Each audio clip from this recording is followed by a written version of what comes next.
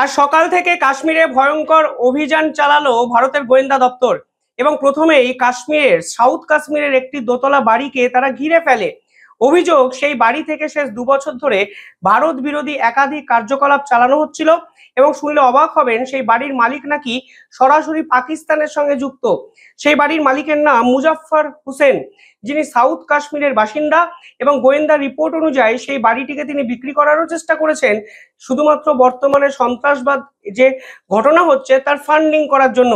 Interesting বিষয় হলো, শেষ 2 দিন ধরে কাশ্মীর থেকে যে ঘটনা উঠে আসছিল তা নর্থ কাশ্মীর কেন্দ্রিক, কিছুটা সাউথ কাশ্মীর কেন্দ্রিক, কিন্তু আজকে গোয়েন্দা দপ্তর রেড যেখানে করেছে সেই জায়গাটির নাম সন্দিপাড়া, যা সাউথ কাশ্মীর নয়, নর্থ কাশ্মীর নয়, সেন্ট্রাল কাশ্মীরের একটি অংশ। অর্থাৎ কাশ্মীরের বিস্তীর্ণ জায়গা জুড়ে পাকিস্তান মদতপুষ্ট জঙ্গিরা ফের একবার ভারতকে অশান্ত করার চেষ্টা করছে, তা ভারতের গোয়েন্দা দপ্তর কিন্তু পরিষ্কার বুঝে গেছে। পাশাপাশি আজকে ফার্স্ট পোস্ট একটি রিপোর্ট প্রকাশ করেছে, যেখানে বলা হচ্ছে পাকিস্তান সরকার শেষ 1 সপ্তাহ ধরে একটি অত্যন্ত গুরুত্বপূর্ণ খবর, যা পিওকে কে রিলেটেড, তা আন্তর্জাতিক স্তরকে লুকিয়েছে।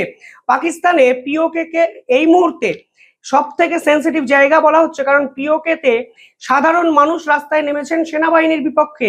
এমন সেনাবাহিনী এই পার্টিকুলার জায়গার নিজের কন্ট্রোল হারিয়ে ফেলেছে এবং খবর সামনে যেটা আসছে সেখানে বলা হচ্ছে মুজাফফরাবাদ, কোচলি এবং মিরপুর 3টে জায়গা সম্পূর্ণভাবে পাকিস্তান সরকার আর নিয়ন্ত্রণ করতে পারছে না। কারণ হিসাবে বলা হচ্ছে এই অঞ্চলের মানুষ বুঝে গেছে, দিনের পর দিন তাদেরকে ডিপ্রাইভ করা হয়েছে। এমনকি মঙ্গলা দাম, যেটা তৈরি করার জন্য এই অঞ্চলের 1 লক্ষ মানুষকে সরানো হয়েছিল, সেই দামে যে হাইড্রো পাওয়ার প্রজেক্ট হয়েছে তার সম্পূর্ণ ইউটিলাইজেশন ইসলামাবাদ এবং পাঞ্জাবের মানুষরা করেন। অর্থাৎ নিজেদের ঘরের খবরকে লুকানোর জন্য এবার ভারত বিরোধী চক্রান্তে ঝাঁপিয়ে পড়ল পাকিস্তান।